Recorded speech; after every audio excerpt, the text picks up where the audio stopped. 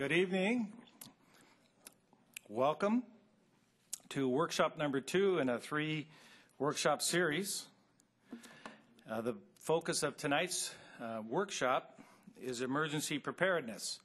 We're glad to see everyone here.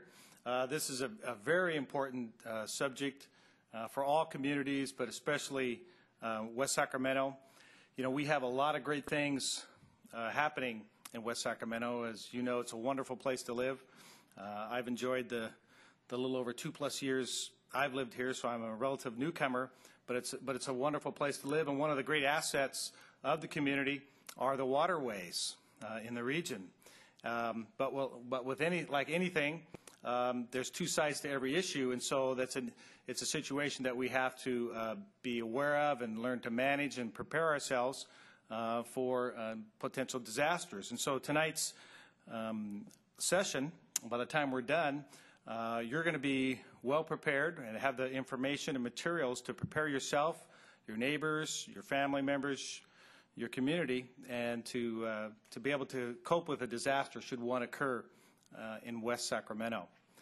You know, although a lot of the focus in the news, especially since Hurricane Katrina and the situation in New Orleans, has been focused on floods.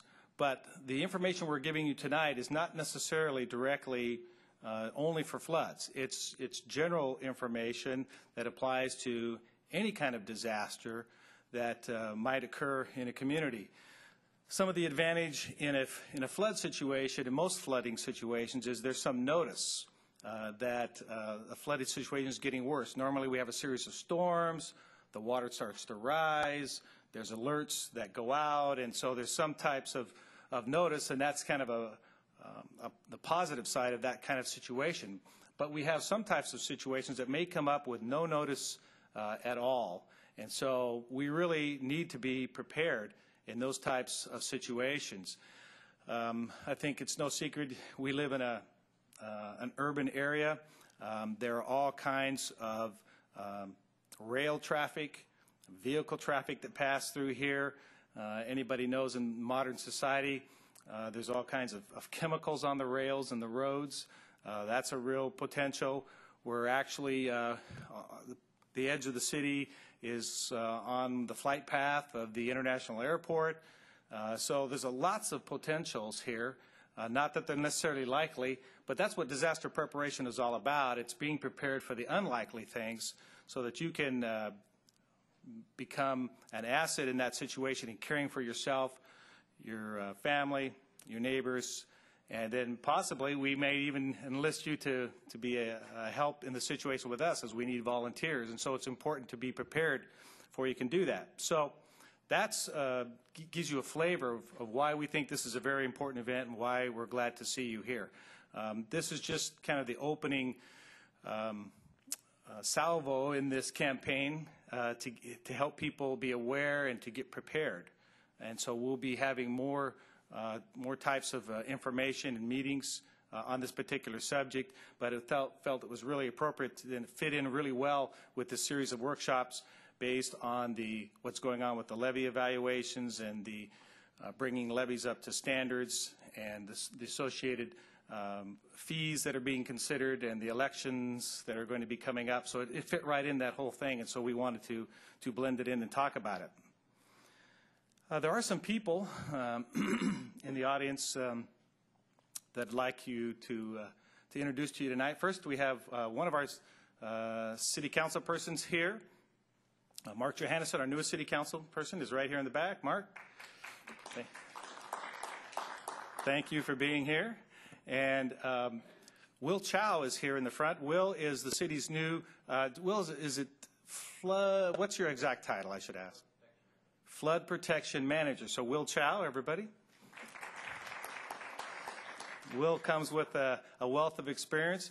And we have a subject matter expert panel that I won't introduce at this time, but they're four gentlemen, esteemed gentlemen sitting in the front here that will be part of the Q&A that we'll be doing later, and they'll be introduced to you at that time.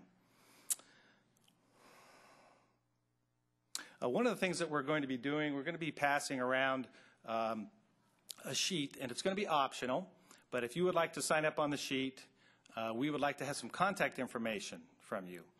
The purpose of that sheet is to be able to give you additional information in the future on this subject or other subjects about public safety. So we'd appreciate if you would mind giving us your contact information. And also, again, hopefully if you have an interest in partnering with us, we could use you as a contact person, kind of a leader in your particular neighborhood or street. And so we're looking for partners out there. So if you might even think you might be interested, you can put your contact information on there, and we'll get in touch with you in the future and see if that's a role for you. And if not, that's okay. We can still just disseminate additional information to you. So you'll see that coming around too. There's a lot of talk. One of the things I wanted to touch on before we got going about 100-year flood protection and 200-year flood protection and what those numbers mean. And just the way of putting them in perspective for you. When you hear 100-year flood protection, the typical thought is that it's a flood that will, what? Happen, once in every 100 years. That will happen, right, is what we hear. And then when we hear, 200-year flood, then we think, that's a flooding event that will happen once in every 200 years. And that's the typical way we think of it. But actually, I want to give you another way to think about it, and hopefully it'll motivate you in your preparation.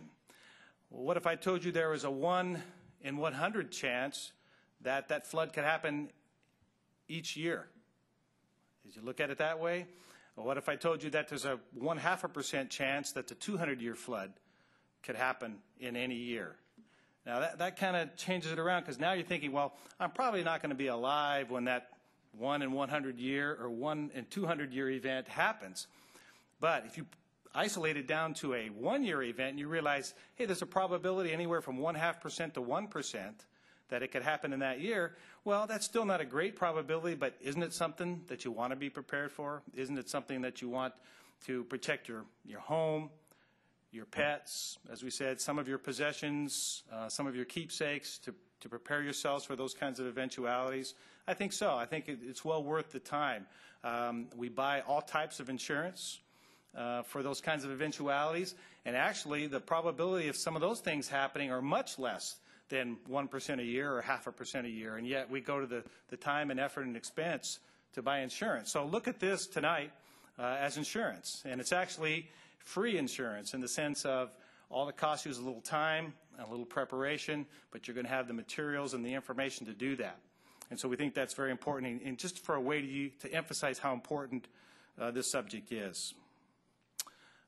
We did this tonight. This is not just a police department type of event. It's a citywide effort. All the city departments, most of the city departments are involved in this effort, and it's under Will's leadership as the flood protection manager.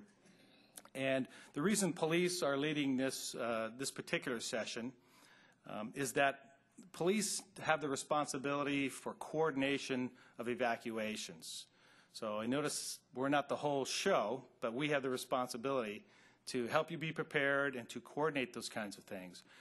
We have our brethren in the fire service with us tonight, and they have a responsibility, primary responsibility, to coordinate rescue. And of course, there's a difference between evacuation and rescue. Hopefully, if we do a good job in preparation, they won't have to do as much rescue. As you can see the difference between those situations. And so there's Public Works Department, there is, I'm missing a lot of other departments that are involved in the planning of this event. But it's really a citywide effort. One of the things I want to remind you of, we're going to do some question and answer, but it will not be from the floor. What we're going to do is there's cards, and we'd like you to fill out a card. You may have received those cards, or look to Angie if she's here somewhere. She's probably stepped out. But there'll be cards, and they're over on the side if you haven't gotten one when you came in, and you can write your questions down. There'll be a short break at the end of the presentations. We'll collect those cards. We'll sort them and group them, and then we'll have some Q&A at the end based on the cards. And at the end of the whole session, when we dismiss, we'll have some informal time for you to ask questions of some of us. You can approach us. We'll be here. We'll be outside with some of the displays that you've seen out there, and so that'll be part of the program tonight. Okay? All right. Well, we have a very full agenda, a plan for you, and although the purpose of tonight is talk about disaster preparation, emergency preparedness, we are going to give you a quick overview of some of the issues about the levees and the evaluations that are taking place, some of the potential flood patterns. We all know that, like I said, the things we love about West Sacramento, the waterways and all the beautiful things about the city, some of those things have issues connected with them, and some of those potential flood patterns we'll talk about. We're going to talk a little bit about the financing quickly. We have someone here to do that. And so we'll talk about some of those, and then we'll get into the meat of the event. And that little introduction piece is what a lot of that was covered in session 1 if you couldn't make that first session. So we just wanted to give you a flavor of what was covered in that. I'm going to do some introductions now for the main speakers, and there's going to be 3, and I'm just going to do them all at once, and then I will sit down and you will not see me until the end after that. So I'll do all those right now, and I'm going to start in order that they're going to appear up here. And Mr. Chris Kravanek is here. And Chris, stand up and just wave your hand there. Thank you, Chris. Chris is a licensed civil engineer. He's a geotechnical engineer in the state of California. He works for the firm of HDR, which is contracted to the city of West Sacramento for this project. He's a recognized expert in levee evaluations and seepage mitigation, and you can ask him what that means. During his 15-year career, he has served as a project manager and an engineer on a wide variety of water resource projects, including planning, design, and construction of numerous levee improvements. He has extensive experience working with the U.S. Army Corps of Engineers and the California Department of Water Resources and other local governments in the evaluation and remedy of flood protection levees in the Northern California area. So he knows our area. Mr. Kravanek is serving as the project engineer, as we said, for the firm HDR on the levee evaluation team for West Sacramento. So he will lead things off. The second speaker will be a city, staff person, and it will be Shanna Zuspan. Shanna is a senior redevelopment program manager. And she's with the city and is helping to develop the overall financing plan for this flood protection program for West Sacramento. And she'll give a brief update on that effort. Oh, as we said, that's not the focus. Our main speaker for the evening will be Deputy Chief of Police Henry Serrano. The Deputy Chief has been with us in West Sacramento. Did you raise your hand over there, Henry? He's been with us for about 1.5 years, and he came to us after a long and successful career with the Sacramento County Sheriff's Department. He was a 30-year person there. He retired at the rank of Chief Deputy, which is a very high level, the highest you can go without being elected or appointed. They have an elected sheriff and an appointed undersheriff. Other than that, the highest you can go is a Chief Deputy, and the Deputy Chief achieved that rank before coming over here. The true benefit, though, of having him involved in this and why he's really the lead on this for the police department is his experience in the homeland security area and disaster preparation kinds of areas. After he left the Sheriff's Department, he did a tour in the Sacramento Office of Homeland Security. And so as that, he brings that experience with him to the job, and so he's well prepared to talk about emergency preparedness. So with that, I think I've covered all my duties unless somebody gives me another one. And I'll introduce Deputy Chief. No, I will not. I'm sorry. I will introduce Chris Kravanek. I'm sorry, Chris. Come on up. And Chris is going to start off, and followed by Shanna after that, and then the Deputy Chief. Welcome. Thank you, Chief. Okay, if we could have the next slide. There we go. As Chief said, thanks for having me this evening. I wanted to take just a few minutes to talk about where the city is in their evaluations of the levee system. And I won't go into too much of the technical detail tonight. We had our first workshop back in late March, and we spent a lot of time going through how we're doing the evaluations and what we're finding, and I'm just going to kind of do an overview tonight. But we will have a kind of a breakout session afterward. We've got a poster put up of some of the repairs we're anticipating, and be happy to answer any questions at that time and go into some of the details. But what this slide here shows is, as you guys know, the city of West Sacramento is surrounded by waters. You've got the Sacramento River here to the east, Sacramento Bypass to the north, the Yolo Bypass all the way down here to the west. Of course, we've got the port area here in the middle, and then this feature here, the Deepwater Ship Channel that actually extends 22 miles to the south down into the Delta area. And as we're going into the evaluation of the flood protection for the entire basin of the city of West Sacramento, we're considering all of these features. Next slide, please. This is a kind of a schematic here of some of the preliminary levee evaluation findings that we have and some of the alternatives we're considering. We actually have a poster of this, which we can talk about after. But what I wanted to mention here is that the city has moved out on an aggressive program of evaluating the entire flood protection system, the entire levee system. And we're teaming with the Department of Water Resources. As many of you know, they have a very extensive program evaluating levees up and down the Sacramento Valley and the San Joaquin Valley. And one of their top priorities is the city of West Sacramento. And DWR and their team, they're evaluating the levees up here to the north, and we've been evaluating all the levees here to the south, including the port area and the Deepwater Ship Canal. And the evaluation's really been in two parts. The first part is what we call problem identification. And in that, we've been out in the field. You may have seen on the levees a number of drill rigs out there doing borings, characterizing the materials of the levee and the ground underneath the levee. And been out doing surveys and checking what we anticipate, as the chief had mentioned, both the 100-year and the 200-year water surfaces that will be passing through the system here. Then checking the geometry of the levees and making sure that the levee system can withstand such an event. And as we come up with this problem identification report, we do just that. We identify where the issues are. After that part of the reporting, we then move into, well, now that we have this problem, what are the solutions going to be? What are the possible alternatives to repair the levees in this area? And we move into what we call an alternatives analysis report and try to come up with the best solutions, which are the things that are listed here in these boxes. Like, for example, on Reach 1 here, you're looking at flattening the slopes of the levee, putting in some erosion protection, some rock protection in the river, perhaps some cutoff walls, and I'll talk briefly about a few of these. Do we need to set the levee back at all? Do we put these seepage berms in? And we look at not only the engineering solutions, but a big factor, what are the costs of these systems that we want to put in, as well as what are the impacts on existing development and planned development? What are the environmental impacts of undertaking such a project?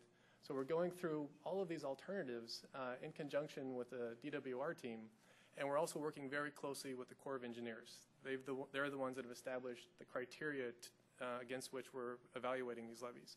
So they're reviewing all of our work, and we're trying to come to some kind of concurrence of what's the best system, what's the best repairs for the entire West Sacramento system. Next slide, please. I want to put up a few pictures here of some typical levee failure mechanisms. One of them on the upper left here is overtopping. Basically, the flood waters get so high in the river channel, it's just coming right over the top of the levee. Another issue we have here in the upper right is wind and high waves coming in. You can imagine, you've all seen the Yolo Bypass when it runs full and how wide that is, and then the waves coming across there. We're evaluating the levees to make sure they can withstand such an event. You may have heard a lot about underseepage. The schematic here on the lower picture kind of represents what underseepage might look like. It's really when the river comes up on this side, the water pressure is such that it's driving water pressures underneath the levee, and it tries to pop up on the other side. You may have seen sand boils or seeps or things coming through the levee. Something we're very concerned about. The Corps is very concerned about. It's happening all up and down the Central Valley. So we're kind of going through with various engineering models and looking to see where this might be a problem. Next slide, please. These are a couple of slides from DWR. We're also concerned about erosion sites. You can see some erosion here on the levee and some erosion back here. If this were to go unmaintained, unchecked, you can imagine this levee under high flows would just keep getting eroded until eventually you cut right through the levee. Next slide, please. This is a schematic that's cut right through the levee. Here's the levee itself. The river's on this side. So kind of a cross-sectional window here showing some of the geology underneath the levee. And so some of the things that we're concerned about, some of the issues we're looking at. I mentioned underseepage. Another way of looking at it here is if the water's trying to flow underneath the levee or through seepage, the flood water is trying to flow right through the levee itself, how would we come up with repairs to mitigate against that? A couple things you could do. One is putting a cutoff wall in right through the levee. They actually get excavators out there that can dig down 80, or sometimes they have other equipment that can go down 110 feet. And you create basically a low permeability layer right here that blocks those water flows, prevents them from coming through. Another thing you might do is basically build a big berm of dirt on this side here, a seepage berm. So that if you have water trying to go underneath the levee and pop up on the other side, you contain it with these seepage berms. Another issue that we look at is freeboard. Looking at that 100 or 200-year water surface coming through here, make sure this is the freeboard here, from the top of the water surface to the top of the levee. Make sure that we've got adequate freeboard on the levee so these levees aren't going to get overtopped. You saw the pictures of the erosion sites. You can imagine here if the erosion site were in here and it continued to dig back into the levee under flood flows, you would eventually start carving into the levee itself. So we come up with erosion site repairs. We may put rock down in this area and some additional vegetation to kind of stabilize that portion of the levee. One of the other issues that we're looking at, and a lot of you have probably noticed this, that on the Sacramento River especially, a lot of the levees themselves are right on the river and the water side slopes are very steep. So we get concerned about some kind of a over-steepened slope here that might fail into the river. And so we look at, do we have to lay these slopes back a little bit to provide additional stability? Next slide, please. These are actual pictures from West Sacramento area. This is up north of the I Street Bridge. This is an erosion site here. A bit concerned about. You see they've already placed some rock in this area. This is down in the Southport area. You've got some steep slopes here that kind of go right into the river. Again, some of the things that we're concerned about. Next slide. So where we are in the studies, a lot of the information we have now is preliminary. We're going through this analysis of the alternatives, but by midsummer, we're going to be submitting to the Corps of Engineers and DWR our findings and work with them on coming up with a plan to get all the levee repairs in place as quickly as possible. With that, I'll turn it over to Shanna.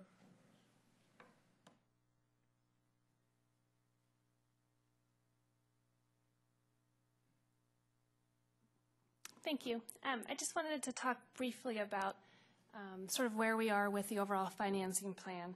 As we've heard this evening, tonight's workshop is really focused mostly on the emergency preparedness, but we also heard from Chris that there are some improvements that we'll be looking to make to the flood control system, and to the extent that we try to minimize the chances in the instances where we have to deal with emergency preparedness, we obviously need a financing plan to fund these improvements. So based on the analysis to date, the estimated cost for improving West Sacramento's levees is about $400 million. The funding for those improvements will come through a combination of federal, state, and local dollars, and the improvements will be phased over time. Next slide, please. In terms of the financing plan, I should note that sort of historically, West Sacramento, along with most communities throughout the state that live behind levees, have paid approximately 7 to 10.5% of the total cost to fund levee improvements. The rest of the funds typically comes from the state and federal governments. As we look forward to funding this project, we still anticipate that the majority of funding will come from the federal and state governments, but we know that there will be competition for those funds. Federal dollars may not materialize at the very beginning of the project. We do have some state funds that voters approved back in the fall through Proposition 1E and Proposition 84 there will be significant competition from many communities in California for those funds. So in West Sacramento, we're proposing to be aggressive on our local match and to look to raise essentially about 21% of the total cost locally. And there would be really two sources of funding that we'd be looking at. One is the proposed annual parcel assessment, or an assessment district. Those terms are synonymous. And the second is essentially an in-lieu fee program that would allow new development to contribute to the flood protection improvements as well. Just real briefly, in terms of the assessment district, I wanted to give you a little bit of an update. That process is being proposed by the West Sacramento Area Flood Control Agency. It is essentially a vote of all property owners in the city. Ballots will be mailed to all property owners right around May the 22nd with a 45-day return period. Since the last workshop that we have made some progress in identifying what those assessment amounts are, what that formula is based on. You can get that information on our website at westsacfloodprotection.com. There's what's called a draft engineer's report, and that provides a real detailed analysis of what the formula is based on. I should note we also launched today a preliminary assessment calculator. So if you have your assessor's parcel number, or you actually can look it up on the Yolo County website, and there's a link right on the website that allows you to do that, you can actually pull up what your preliminary assessment amount would be. And I just want to reiterate that it's preliminary. The agency board has not yet set the rates or directed the staff to proceed with the balloting, but at least it gives you a sense of kind of what to anticipate. Next slide. So again, just reiterating, there's the website and that the assessment calculator is available. I also want to announce that the May 15th workshop will focus almost exclusively on the proposed assessment, so I encourage you all to come to that if you're interested in learning more. And I will be outside to answer any specific questions about financing that you have. But I'd like to turn it now back over to Police and Fire to go through our emergency preparedness. Thank you.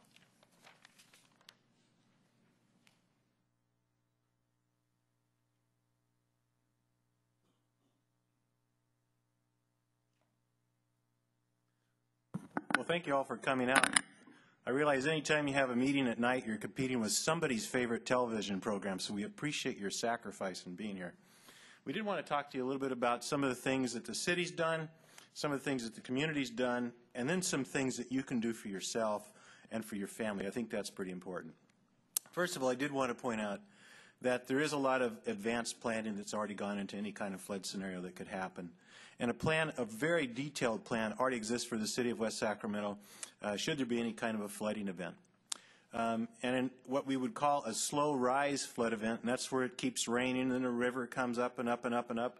There's about a seven-phase plan that's in place that starts off with things as simple as, oh, we hit the number, now we need to start watching, to actual levee patrols, to actually establishing our emergency operations center, to actually starting to evacuate in advance the at-risk populations, to the general evacuation of population.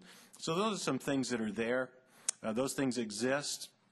It's a good plan. It's been exercised a number of times, and we feel that that would work very, very well. And we will make sure that the public is well informed in the event that something should be occurring along that line. And as the chief said, it could be anything from a flood to a truck turnover to gas leak or whatever. We have things in place that we think would help. Next slide, please. And these are some of the primary ways that we would communicate with you. First of all, the emergency broadcast system. And you've all heard those annoying sounds on your radio or on your television, and then seen the header run across. This last winter, we had it a number of times on the radio. We saw it several times on TV with different thunderstorms and such, and we would certainly be able to use and access those resources for keeping you informed of what was going on in the community. Reverse 911 telephone system. We are lucky enough to be tied in with this urban area of Sacramento under one of the federal funding plans called the UASI. And that has brought us the reverse 911 system. It's in its infancy. It's still being tested out and proven. The bugs are being worked out. But the concept behind reverse 911 is the city has fed in their telephone numbers for our residents and our businesses. And this system can contact up to about 5,000 telephone numbers an hour. to provide a message. So we could put together a message that we wanted you to receive, and at the rate of 5,000 an hour, we could pump that message out.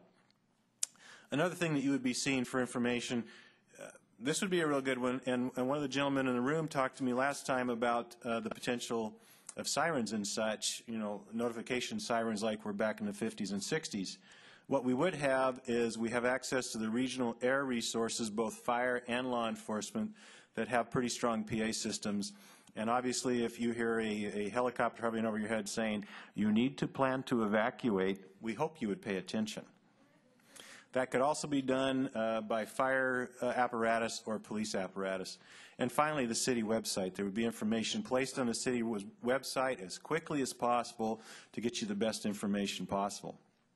Now, we also want to talk to you a little bit about the evacuation. I know this map and some of the things you'll see are a little bit difficult to read, but I do want to point out that this presentation in the format you're seeing it tonight exists on the city website. So I would encourage you to go to that. But some things you can see is your more major routes coming out of the neighborhoods feed into the highways, and the principal thing we would want to do is have you very quickly upon notification start to plan on getting out. Now the reason you don't see arrows on this map is a breach here sets up a different scenario than a breach here. So we want you to be aware the routes are, and we will have signage that will help you and assist you in knowing which way to go should you need to evacuate. Now, another thing that we thought would be key, and I've worked with the Dr. Lawrence, the superintendent of the school district, is on a school evacuation plan. And basically, the school has a wonderful yet very basic and simple plan in place should some flood event occur in the city. And basically what that flood event would be is if there is a flood in the north end of the city, the school will mobilize all of its buses and move the students down into the 3 elementary schools in the south end of the city until the high school is done. Once the high school is done, the new high school, then the new high school becomes the place where the students would be evacuated from the north end of the city. Conversely, if there is a flood in the south end of the city, the schools in the south end of the city, the student population and staff will be moved up to River City High School. So basically, flood north, students move south. Flood south, students move north, and it utilizes the buses, the school buses, as that evacuation process. And again, I can't emphasize enough, the key is if there is a flood, quickly get yourself together and get out of the area that's affected.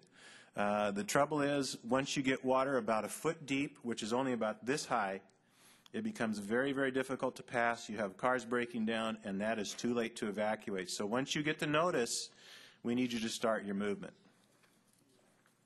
Now, one thing we did want to cover for you, because this is a concern, the evacuation of at-risk folks, and those could be everyone from folks with different health issues to whatever, perhaps they're in healthcare facilities. The primary responsibility for that rests with the healthcare facility and the family members. Fire and police can assist, but we're pretty overwhelmed with other responsibilities at that time. So it's important to, if your grandmother's in a home, make sure that you've talked to that home and know what the evacuation plan is for that home. The county does have a list, and they have provided to the city, of all the at-risk folks that we know of in the community. So finally, the last point on that is make sure that if you have someone that's a concern, if grandma's in an old folks home or whatever, please make sure that they are on that at-risk list, and you'll see there's a number there for Yolo County Health Department for you to contact to ensure that actually happens. Now I'd like to move into some things that you can do, and I like this header.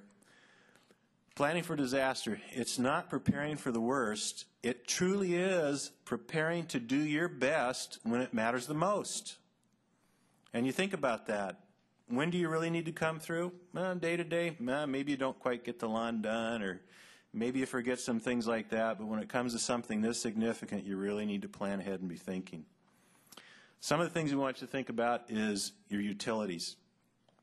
And I'm sure you've all seen the bizarre pictures that happen during flooding where you see flooding, and in the middle of flood, what do you see? You see a house burning down. You see a business burning down. Well, sometimes that's due to the fact that the utilities, particularly electrical or gas, weren't shut off. Something happens, something ruptures, something sparks, and all of a sudden you have this fire in the middle of a flood. So it's very, very important for you to learn how to do that. Your telephone directory white books contain the turnoffs for gas and electric. Important to learn how to turn off your water. As strange as that sounds, maybe the water only comes up 2 foot on your house, but something ruptures up in the upstairs, and guess what? You individually had a pretty significant flood event. So learn what that water turnoff is, learn how to turn it off. And natural gas, we want to emphasize that should be turned on by PG&E. So please contact them. So again, learn where your gas, your electrical, and your water turnoffs are. If you learn that, it's a very simple process. It should take you maybe 5 minutes to do that, and that's if you're being a little bit on the slow side and taking your time and doing it. So those would be critical things. Another point, very, very significant, and the story that tells me this story the best is I had an opportunity to be at a training session about 6 months ago, and a gentleman who was an emergency planner for New Orleans was there. And he spoke to us about this very problem. And the only time he became choked up and had to stop in his presentation was when he said, you know, I planned everything for the city. I didn't plan for my family. And it was a week into the event before I knew that my family was okay. Can you imagine that? A week? That's a real crisis. So the way we avoid that, agree on some meeting places. One near your home, in case, for example, you have a fire. Somewhere near your home might be a good place to meet. If it's a regional event, you need somewhere away from your home to meet. And again, you think about this, what's the reality today? A lot of homes, both parents work, you have a kid in college, one in junior high school, one in high school, so you've got people in 4 or 5 different locations. Come up with a person outside of your area that everybody has the phone number to. Maybe it's Aunt Mary or Uncle Joe, but you come up with a number that everybody can call. And why is it outside your area? Because the numbers inside that little immediately impacted area become absolutely deluged, and the phone system starts to fail. But if you call outside the region, for example, you call Redding or Los Angeles or your cousin in Utah, the chances of getting through are very, very good. And even though you may not be physically okay, how important is it going to be for you to know that your family members are okay? How much are you going to be able to focus on the things that you need to focus on? If you've been able to call Aunt Mary, and Aunt Mary says, yeah, I've heard from all the kids, they're all fine, you guys call me back, we'll work out how we get you together. So the reunion plan, I think psychologically, is as important of a step for you to take as anything else that we'll talk about tonight. Another concept, and we have some examples out here on the back table, and I'd like you to take a look at those. You have 2 different types. You have one that one of our staff member, Martha Griffin, who's out there, put together. And what Martha did is Martha went down to the local store, looked at the list of things, and made some purchases for herself.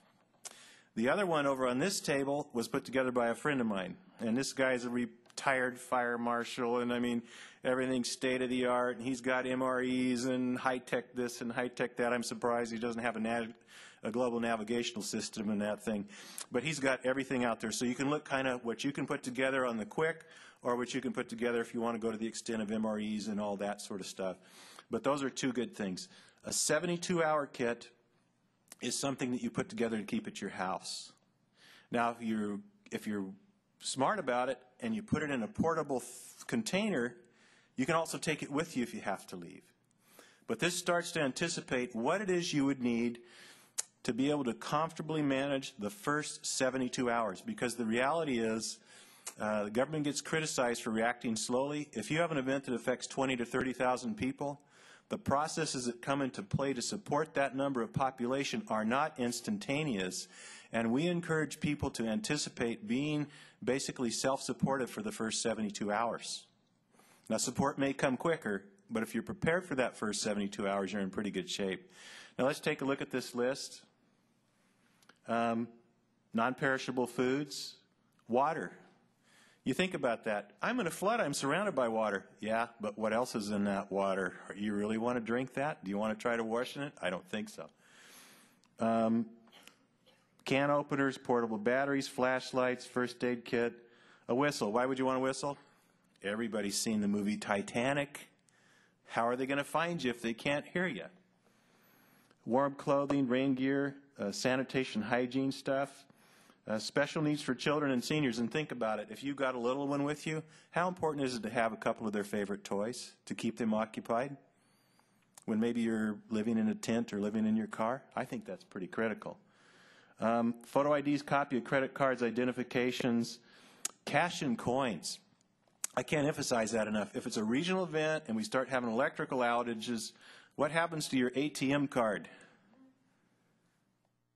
You keep shoving it, but it doesn't go in and it doesn't beep. You don't get any money. So cash and coin.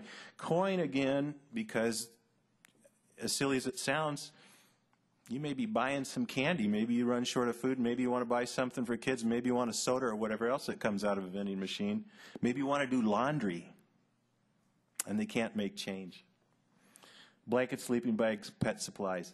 And again, critical, check it every 6 months. Make sure that stuff hasn't been affected or impacted by weather or whatever, or that your kids haven't got in and taken all the granola out. Okay, next concept is a go bag. Very, very similar, almost identical to the 72-hour kit, but this is designed to be portable. And both the applications outside will work as a go bag. And a go bag, the idea is you get that bag and you go. Okay? That's why they call it a go bag. You grab it, you go. You throw it in the car, and you're down the road. You're in the evacuation process. You turn off the utilities. You grab your go bag. You grab the kids. You grab the pets, and you hit the door. You can get ahead of that curve. You don't become part of the incident. And again, I'm not going to run through this list because you have it, but there's a number of things. And again, you have two good examples of these things out back. And again, we want you to know, my wife loves cats, and if I didn't have this slide in, I'd be in trouble when I got home.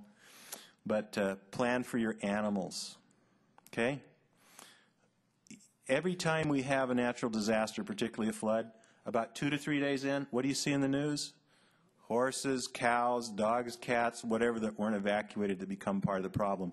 And as you get more into the system, believe it or not, these become issues that have to be addressed. So if you plan for your animal, you know, you have all these items together for your animal, you're really in pretty good shape. Now finally, if you can answer all these questions, yep, you're in great shape for an emergency disaster. You know, emergency supplies, no first aid, how to turn off utilities, the evacuation reunification plan, plan for the children and elderly disabled, children's school evacuation we've talked about, flood insurance. Can't emphasize that enough. And the reality is, just really quickly, if you buy flood insurance before the community gets reclassified, it's cheaper than if you buy it afterwards. I believe that's correct, Shauna, is that not? Okay, she's nodding, so I'm okay there. I thought that's what I'd heard before several times. Know your local radio stations for emergency. This is one, you guys, believe it or not, because you're here, you're the leaders in the community, you're now hearing this first. And we're hoping that whether you're formally in a neighborhood watch or not, when your neighbors ask you, hey, what was that all about? Hopefully you can take a couple copies. I think there's going to be extra copies of this stuff. In all candor, if there's none of this stuff left over here when we're done, that's okay. If you want to take a couple extra copies for your neighbors or your kids or whoever, please feel free to do so. And again, the emergency kits, extremely, extremely important. Can't emphasize that enough. And with that, I think we're about ready to turn it back over to the chief for just a little closer. But I do want to emphasize something. We are going to take a break. There are cards over there, and because of the number of people in the room, we're not going to do just a hands-up Q&A. If you want to ask a question, we would ask you to please get on the cards. In fact, these two officers are going to pass out cards. And we'll take about a 4 or 5 minute break and come back where the chief will introduce our panel, and we'll be able to take your questions. But again, we don't want to go into just a free format question and answer from the field. We think we'll get the questions organized much better, and we can break them up amongst the group. If you have a question, please write it down. And how about if we take a break? Yes, ma'am. You raised your hand? Oh, you wanted a card. Okay, great. Okay, you got me. You got me. And you can bring the cards up here, and let's resume at 7:25.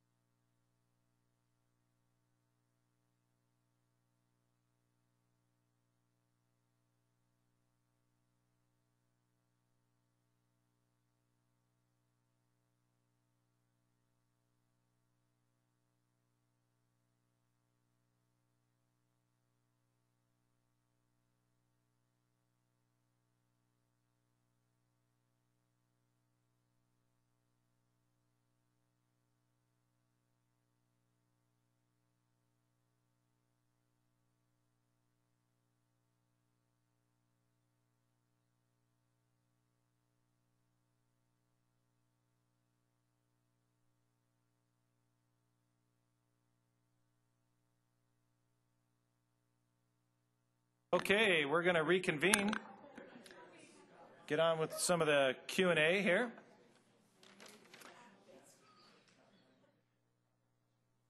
Hey, Angie, would you check out front and make sure the folks know we're reconvening? Thank you. Appreciate that. Okay, thank you for the questions. We tried to review them quickly, and between the panel that we have up here, which I'll introduce to you, and some others in the room, we'll do our best to answer those. The questions to which we don't know the answer, and so we're going to tell you if we don't know the answer. I want you to know that. We're not going to make up an answer. This is too important of a subject to make up an answer. So if we don't know, we'll do two things. We'll tell you we don't know the answer, and then if you sign the contact list, we will contact you, or we'll get that answer out to the people on the contact list.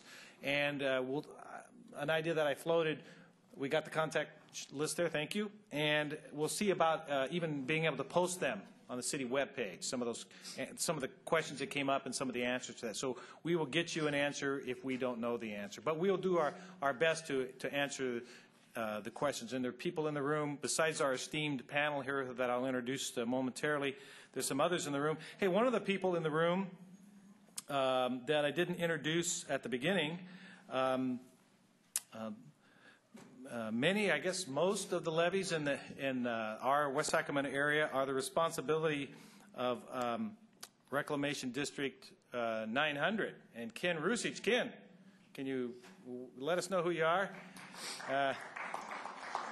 Ken is Mr.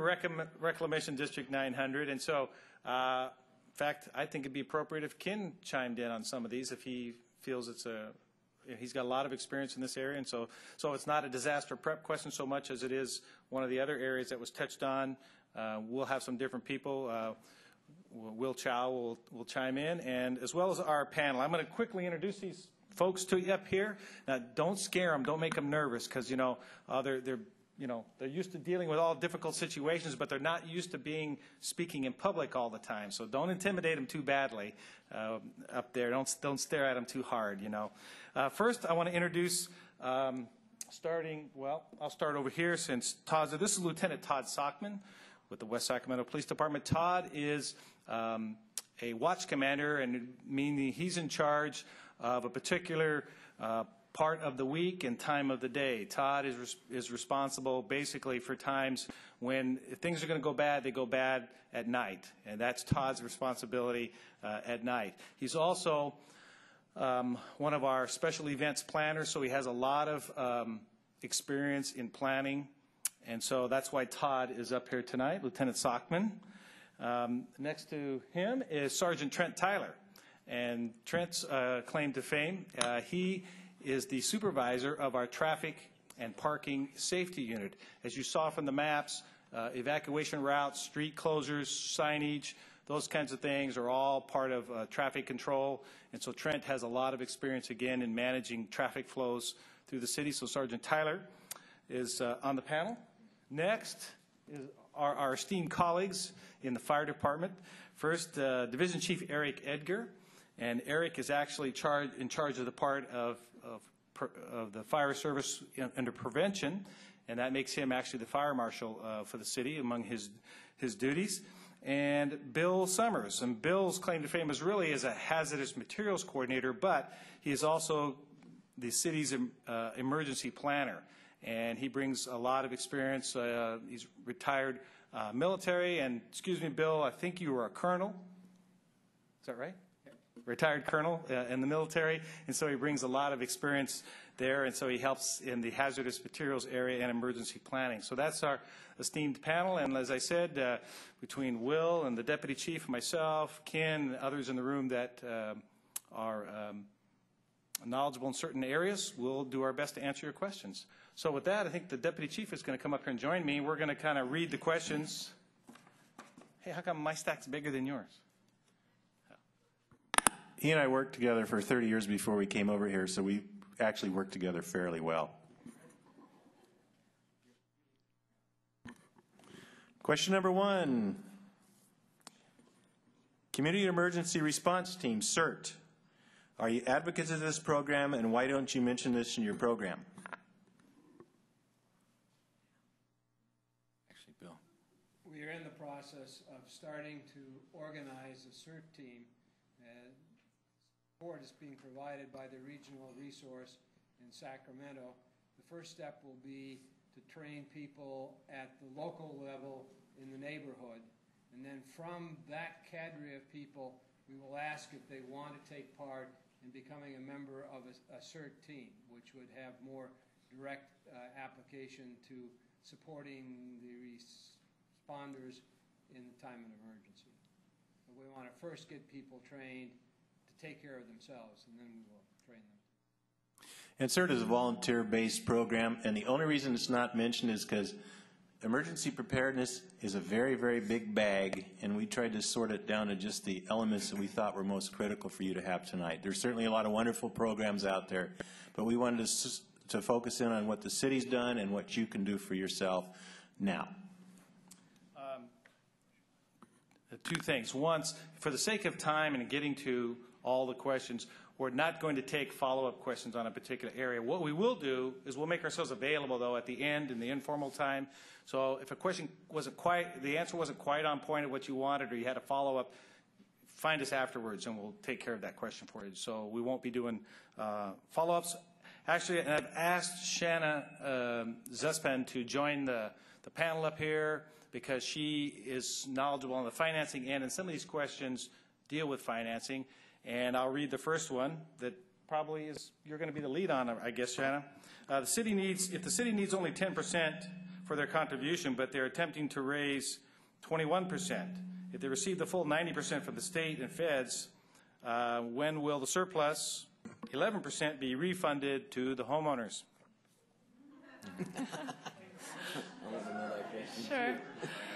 I think first of all, the premise there that we need only 10% is not necessarily what's being assumed. Our belief at this point is that we need more than 10%. And the reason, again, is that there's going to be competition for these funds. There's a lot of communities out there that are going to be looking to make the same improvements to the changing criteria that we are, and they will be, looking to get portions of those funds. Additionally, as we move forward in the immediate years, the federal funds may take a little bit of time to materialize, and we want to be able to start construction and start making improvements. So in that regard, we know for sure we're going to need more than 10%, particularly in the beginning years. Now, if we end up not needing that money, the board and the council, I'm sure, would consider reductions to the assessment and/or the fee program. Yeah, that's the risk of mentioning numbers in the presentation, because when she mentioned 90%, those of you who are listening closely, she said that was a historical number, not the number that we were quoting, and as she said, it puts us in a better competitive position for that. So.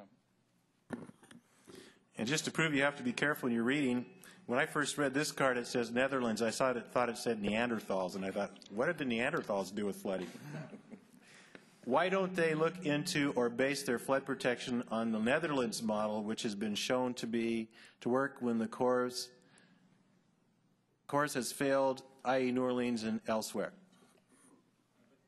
Corps of Engineers.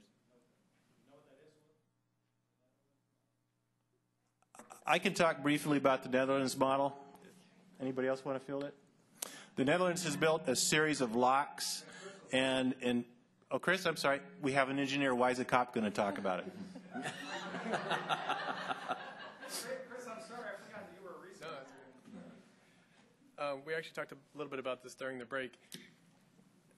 As a lot of people know, the Netherlands, it's been stated in the papers, they've got 500-year, 1,000-year level of protection. And I think the shorter answer is we would love to have that. But it's a process, and that we're taking it a step at a time. One of the slides we showed in our first workshop is that West Sacramento and a lot of the communities in this area don't even have a 100-year level of protection. So our first immediate goal will be to get to that. All the evaluations we're doing now will be to get to a 200-year level of protection. And that's, our understanding, is going to become the new urban standard for the entire Central Valley. And then who knows, after that, maybe we continue on to even higher levels of protection. But you've got to take it a step at a time. As you see, there's a lot of money involved, and you need to kind of keep pace with the other communities in the area. It's kind of like the old days, one of the farmers couldn't raise his levee 5 feet higher than his neighbor because his neighbor would flood first. So it's got to be a regional policy of how we're going to set new standards. So I think the short answer is it would be great to have the level of protection that the Netherlands does, but it's going to be a long process to get there. We're not going to do any follow-up. Why don't you talk to Chris afterwards, please? We need to kind of stick to that because we allow one, we'll have to allow others. Sorry about that. Okay, this is one we thought Will might tackle first. Will, you remember this one? Who is guaranteeing that the flood insurance premium will not go up when WSAC is rezoned? All things have a tendency to increase over time. Anybody mention a guarantee? I don't think there's anybody who can guarantee anything like that. I think that we do know one thing, however, that the rates after the city is remapped will go up, and the rates will go up much higher for those who do not have flood insurance before the rates go up than they will if for the people who try to purchase flood insurance later. So it's on the order of maybe doubling what you would currently pay if you buy it now. If you don't buy it now, it's much, much higher than that, maybe 4 times as much. So again, you have to check it out with your insurance agent, but that's why we're encouraging everyone to get flood insurance now.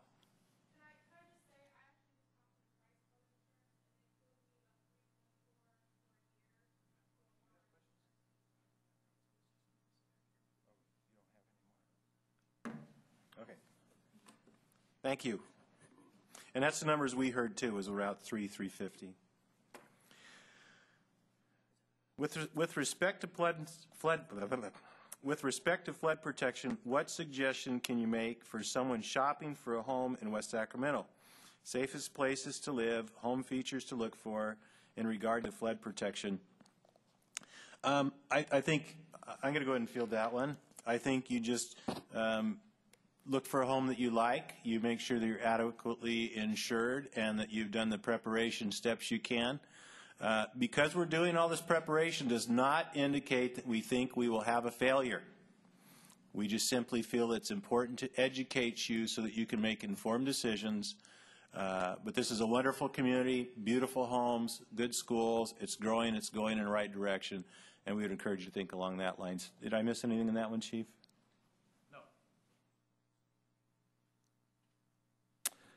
Okay, this is something for those who have a good memory of history. Has the West Sacramento area ever flooded? If so, how long ago?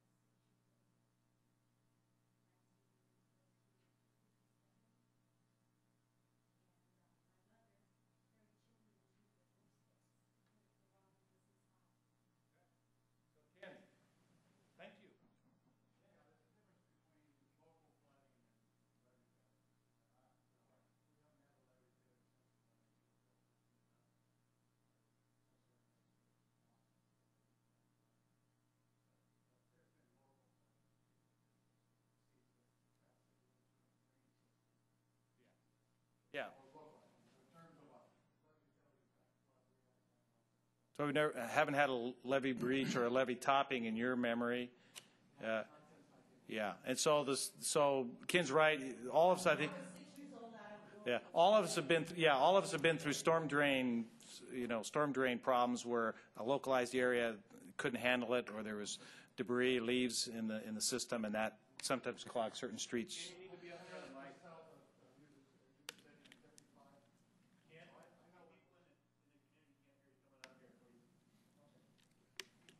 Sit up front. That way you're close. That way you're close. If you want to sit in the front row, you closer to the mic. People on TV. Oh, okay. I'm sorry. I just want to say, I lived just south of Yuba City in 1955, and the levee did fail there in that area, and the water was over the top of our home. So it's real noticeable when you have a levee failure. So.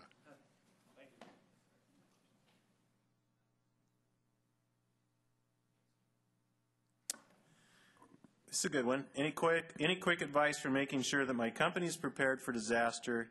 Advise on pre-planning for company evacuation. This is a company with 65 people.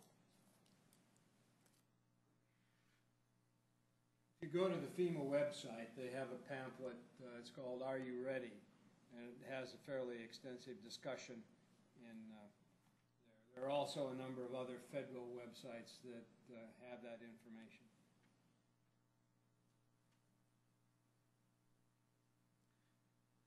Question comes up. Can you comment on preparations for prescription medications in an emergency? What I could say about that is if you're taking medication, one, with your go bag or your emergency bag, have a checklist and make sure that one of your checklists, is, other than the go bag, is to grab your medications. And Ziploc bags work great, so have a Ziploc nearby because some people have a lot of medications and more than just a handful. So that would be my recommendation on your medication. And also, you'll have that list of your medications in your bag.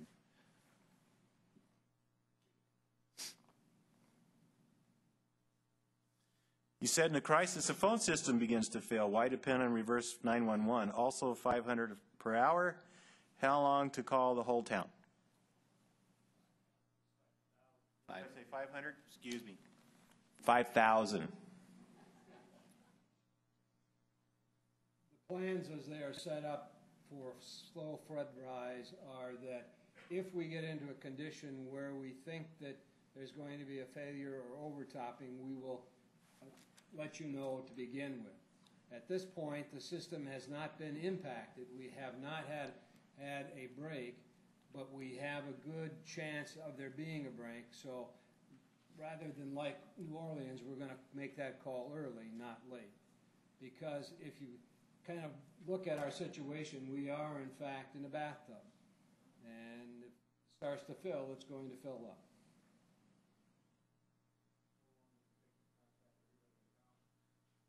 Assuming we can make 5,000 calls an hour and there are 40,000 people in town, 8 hours. There's other methods that we're not relying just on reverse 911. We talked about the primary method is the emergency notification system we talked about that we're all real familiar with. And so, plus in those kinds of slow rise situations, there's going to be days of advance notice as it rises slowly. And that's the most likely occurrence in this kind of situation. All right, this next question is back on the schools.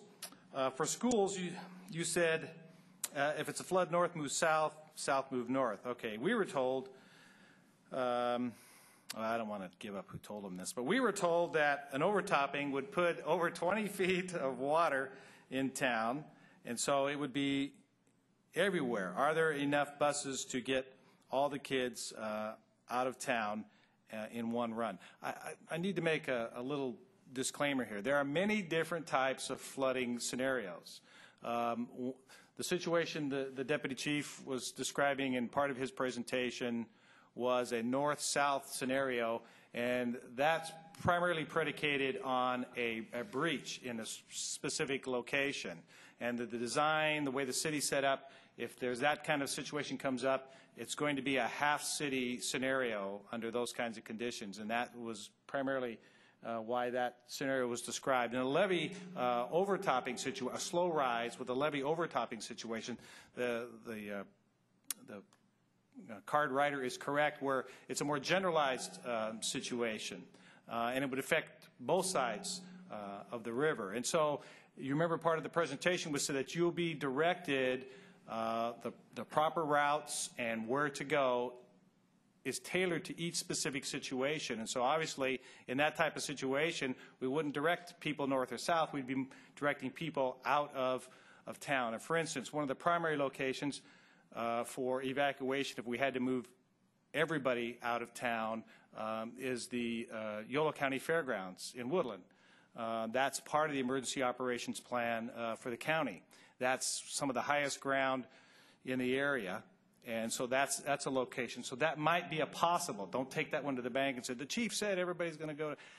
I've just given you an example in one scenario what it might look like. As far as the second part of the question, I don't know the exact bus capacity of the school district and whether they could move every single child out on buses, so we'd have to ask the district that part. Anybody else want to chime in? Well, I'm sorry. The north-south is, which what I had when it was first explained to me is, and now it makes sense, is the Deepwater Shipping Channel will take some of that, will relieve the pressure if we have a levee break and move that, channel that water. So when I was looking at it as we're in this bowl, some of that water, the water will run down the Deepwater Shipping Channel, and that's why we were able to move the kids from the north to the south or south to the north. And and actually one of the questions, the last question was about the reverse 911 and how long it would take. If we had to start calling with reverse 911 with a levee failure, let's say it's on the south end of town, they're able to start calling the people that are closest to the catastrophe, and those are the first people to get called, and then it spreads out. So although we have 40,000 residents, it would be only affecting half the population of the city. And like I said, the closest people affected by that would be the first ones called. The evacuation for the city will be called when we still have 2 feet of freeboard on the levee system. So we're going to try and move you before water starts coming over the top.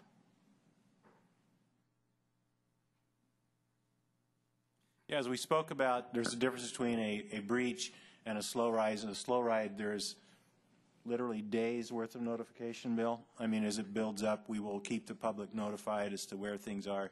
The breach is the catastrophic. That's where we would rely on all systems, and the reverse 911 is yet but one of many tools. The old arrow in the quiver concept, the more arrows in your quiver, the better off you are. So that's the reason we rely on all those systems. This might be an engineer question. Why not create a man-made lake south of West Sacramento using soil we dig up to provide levees for the new lake?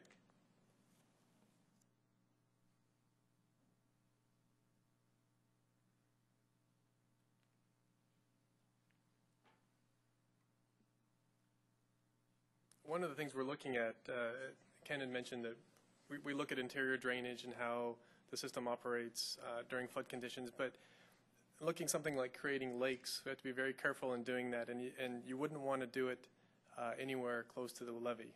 We are going to need a lot of material for, creating the new levees or laying them back or creating seepage berms or whatnot, but any, depressions in the ground, you wouldn't want it close to the levee, because as we were showing, water's trying to seep under the levee and come up on the other side, and so we'd be, want to keep them a safe distance away from the levee.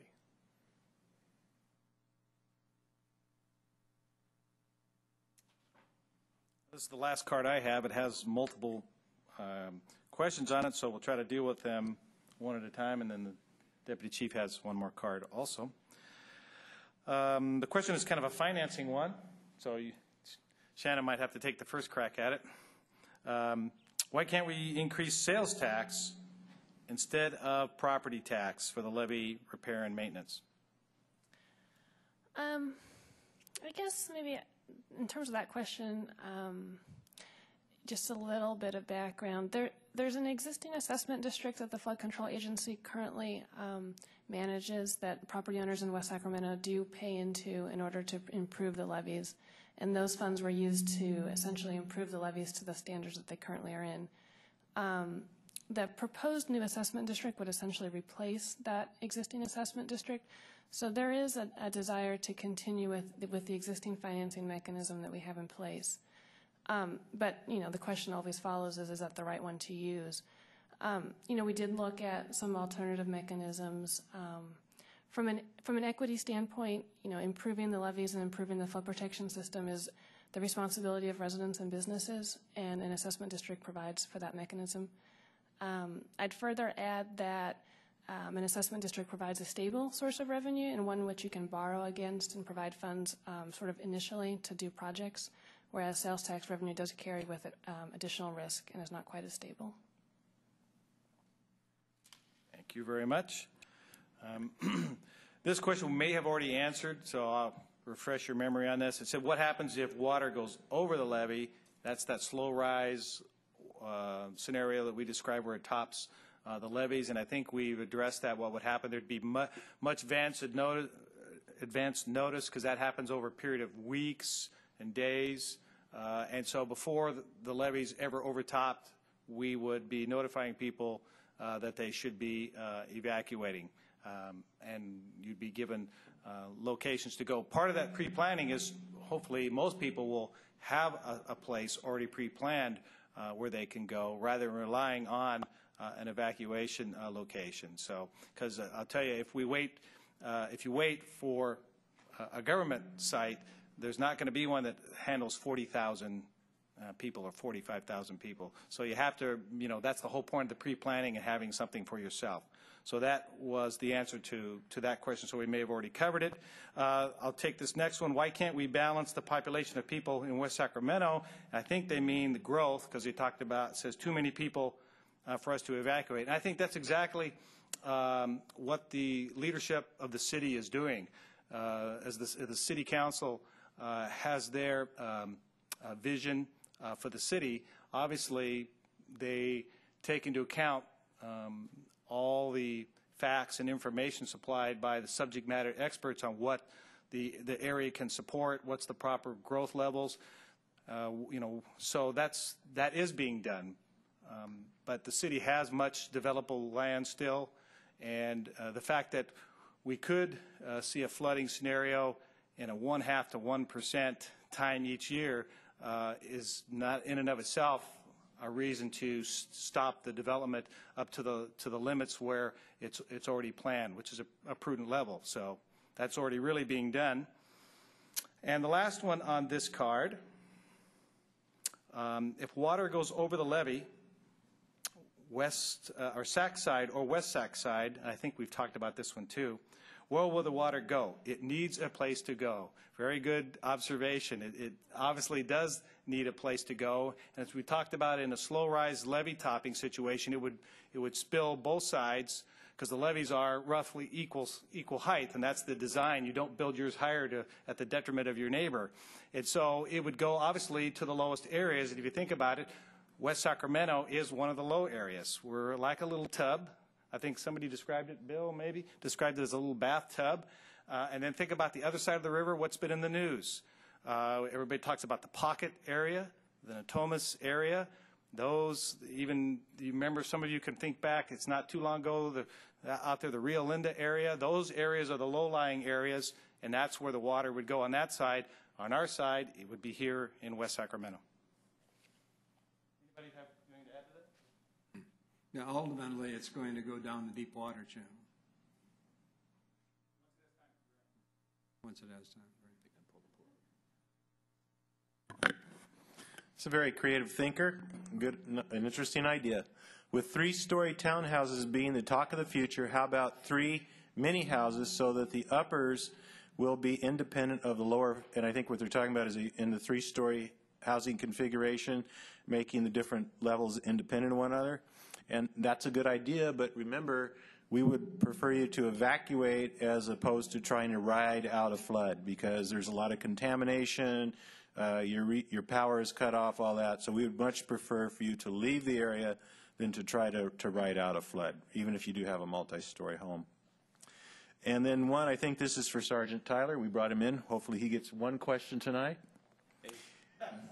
Where are you recommending that people evacuate to when a primary source of concern is a Sacramento which travels near I-5? What about the fact that the rest of Sacramento could also be dealing with flooding, which would further complicate evacuations? As they have spoke about earlier, between a breach and a low-rise evacuation, the low-rise obviously is going to affect us as well as Sacramento. So I guess you could rest assured that we would not send you into harm's way. meaning that if Sacramento was experiencing a flood as well as us, your evacuation point would probably be to the west or to the north. We wouldn't send you into another area where they're dealing with an emergency of their own. On the other, a levee failure, a breach of the levee, the thought is that if it happened on the north end of town, the people on the south end of town would be less likely to have an immediate emergency during that levee, with the deep water channel working as a barrier between the north and south end of town, and vice versa if the levee breach was to occur on the south end of town. So I guess to answer your question, anywhere that it occurs, we would make a very conscious effort not to send you into another hazardous area. So.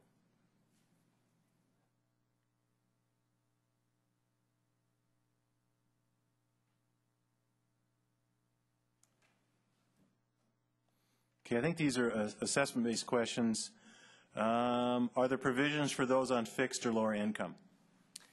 The current formula looks at some factors that include, the size of the parcel, the type of land use of the parcel, essentially an estimate of the size of the structure and the land use.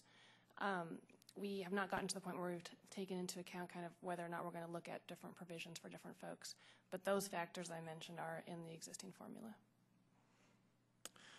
Are the assessments based on 40,000 population? Yeah, I mean, basically it looks at the existing land use patterns in the city right now. So, whether a parcel's vacant or residential or commercial. So that would include the current population of the city.